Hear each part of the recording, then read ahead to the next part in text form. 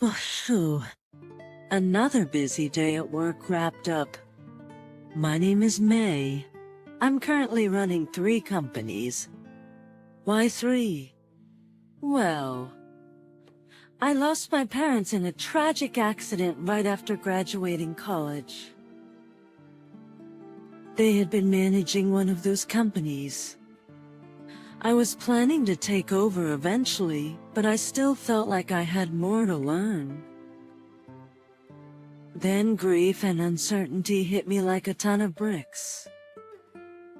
Thankfully, the employees who had known me since I was a child said, "We'll support you, so let's give this our best shot." And that gave me the resolve to take over the family business. At first, I relied heavily on their help, but after 3 or 4 years, I could handle things on my own. The business took off and the team grew. I went on to start a second and then a third company, expanding our operations even more. The work got busier, every day felt fulfilling. The work helped ease the pain of losing my parents, and that's when I met Tom. Tom was a client representative. The moment I met him, I felt this is the man I'll marry. It was pure intuition. We'd only talked business a few times, but I felt that if I could build a trusting relationship with him, we'd make it through anything. He would be someone who valued our friendship and would stand by me. For some reason, I felt that way. He'd never been particularly interested in romance, but the moment we met, I got it. Just like some people say, you'll know when you've met your spouse. I felt destiny with Tom. From then on, we naturally started going out for meals, dating, and eventually got married. Tom understood my work commitments, and while he often had to travel abroad for his own job, I was fine with it. We called it solo assignments. One day when Tom was back in town, and work had slowed down a bit, we went to a family meeting at his parents' place. Tom had lost his dad when he was young and grew up in a single-parent household. I had always imagined he must have had his share of hardships. Sonia, who would be my mother-in-law, welcomed us warmly. That day we chatted a lot with Tom and Sonia over dinner. For the first time in a while, I felt the atmosphere of a family, and it made me slightly happy. That's when Sonia mentioned she was feeling lonely. After talking it over with Tom, we decided that I would move in with Sonia at the in-laws' house. Tom traveled for work a lot, so I thought that having family around would offer a sense of security. I later realized this was a mistake, but at the time, I was just happy to gain a family.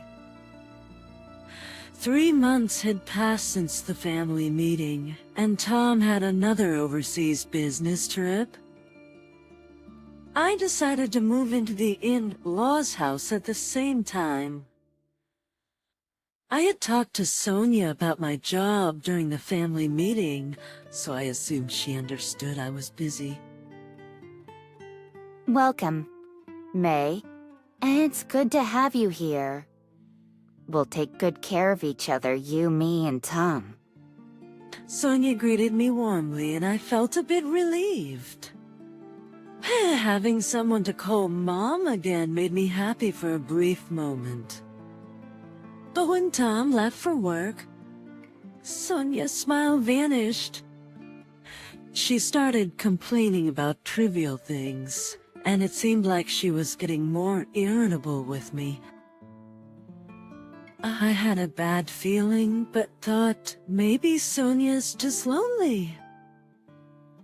One day swamped with work. I was in a rush to get started. Then Sonia burst into my room. May, what are you doing? Help me clean. Sonia, I have work to do now. I'll clean up later, I replied. No, it has to be now. Hurry up, she shouted. Sonia's expression was different than usual. It was so cold you'd wonder if she ever looked like this before. Fine, let's get it done so I can work, I thought, and helped her clean. It took about 2 hours, but we finished. Finally, I could work. Before I knew it, it was evening. Sonia stormed into my room again. May, how long are you going to hole up in here? Sonia, please wait. I'm in the middle of some important work. What are you talking about? You're just playing on your computer. It's not play, it's called remote work. I tried to explain. Don't give me that nonsense. You're just unemployed. I saw it on TV, she yelled. Even though she had nodded along when I talked about my work at the first Emily meeting, I was at a loss. She just wouldn't understand. Both Tom and I were busy, so we probably couldn't contribute much to the household chores. However, I had been contributing $5,000 a month to the in-laws' house to make Sonia's life easier. That's enough to hire a housekeeper. I had left the finances up to Sonia, hoping it would make our daily lives easier. Sonia herself had also said she wanted to be in charge of managing the household budget. Despite this, things turned out this way. Did she want to teach me how to be a proper daughter-in-law? At that moment, I was so optimistic, not wanting to ruin my newfound family. Months later, Sister Kathy arrived at the in-laws' house. At the same time, Sonia, suspecting that I was unemployed, seemed to have reached her limit. It looked like Sonia was the one who called Kathy. As soon as Kathy entered my room, she said, "So you're the unemployed daughter-in-law, huh?" "Oh, not you too." I was perplexed. "No, I'm not unemployed. I have a job," I responded. I didn't hold back. "But what can you expect? She's Sonia's daughter. She just wouldn't listen. She's a spitting image of her mom," I thought. Ever since then, Kathy has been a good friend. Ever since then, Kathy has been coming over almost every day, shouting insults like unemployed and antisocial through the door along with Sonia. It's like listening to a duet of reclusive frogs. I just chalked it up to this must be rural San Diego. You're bound to hear some croaking frogs and let it roll off my back. It's not like I'm running 3 businesses for nothing. I've worked hard to develop a thick skin. I don't want to worry Tom, who's working hard overseas. I'll have a good talk with him once he's back. By the way, Kathy's already married. Her husband's a workaholic who doesn't interfere with whatever she does, or so it seems. Maybe he should start. Why is he even married to someone like this? Does he even know what's going on? But this can't go on forever. It's exhausting. I was starting to feel that way. Eventually, it seemed that my resolve was starting to annoy Sonia and Kathy. One day, Kathy started ramming my door. I told her she was going to break it, but she broke it and came in anyway. Well, she finally did it. I had the feeling the harassment had intensified. Hey, unemployment queen! Mom and I are fed up. Can you please leave? Sonia beside her was nodding in agreement. When I asked what she meant by leave, she said, "You barely help around the house and just stay in your room being antisocial. You're just in the way. Mom and I, her favorite, want to live here together." And Tom's okay with it, she added. Sonia, maybe feeling emboldened, said I'd be happier that way. I found out they'd been bad-mouthing me to the whole family.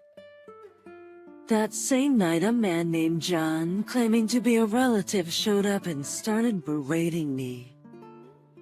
It's unbelievable that someone who's agreed to live with us is just antisocial. He screamed. He only believed what Sonia and Kathy told him. What even is this? My desire to value family was cooling at an alarming rate. I realized there was no need to pay high living costs to stay here. Am I going to lose the family I'd gained? No, these people aren't family. Thinking this, I contacted Tom. After I told him everything, he said, "There's no need to stay there anymore. Let's live together here. We can continue to do so even after my overseas assignment is over." So, I immediately started the handover process at work and began packing. I couldn't wait to leave this house. The next day, I left without a word. No regrets. I couldn't care less if they struggle without me. Think about your own situation. That's what I thought to myself. 3 days later, I was overseas with Tom. At first, I was a bit overwhelmed by my new environment, but I gradually got used to it and began enjoying myself. About 3 months after leaving, I got a message from Sonia. She's finally caught on, huh? Maybe they contacted Tom, but they seemed really angry this time. Sonia was blocked on my phone. So, when they called me, it was easy to guess why.